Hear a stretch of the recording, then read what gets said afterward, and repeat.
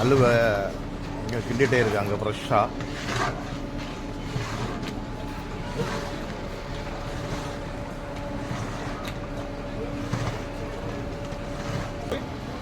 இந்த மாதிரி பாத்திரங்களில் தான் அலுவை அவங்க எடுத்து கொடுக்கக்கூடியது.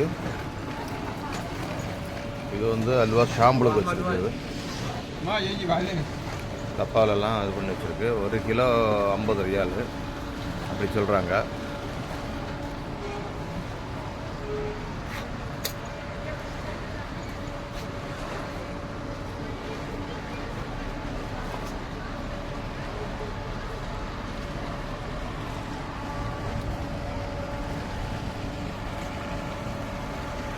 இது நம்ம ஈரான் சூக்கிலையாகும். இந்த ஹனி ஃபெஸ்டிவல் நடக்கி அதோட பக்கத்தில் தான் இந்த அலுவை ஃப்ரெஷ்ஷாக கண்டி விற்றுட்டு இருக்காங்க.